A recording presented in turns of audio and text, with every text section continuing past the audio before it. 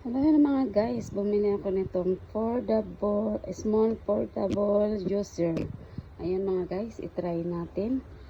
Ito mga guys, charge ko siya muna. Itong juice ang gagawin natin guys.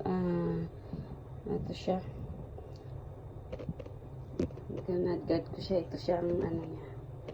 Ayan mga guys, ang ating juice, ang palagdag ng dugo. So ayan mga guys, ang ready na ang ating juice. I-blend ko siya dito sa portable natin na blender na maliit.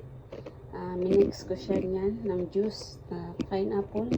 Itong beetroot and pineapple juice.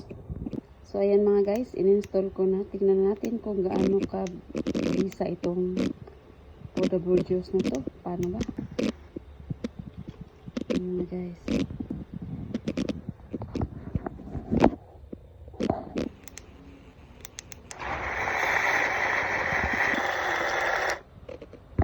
So ayan mga guys, ready na ang ating juice. Thank you for watching.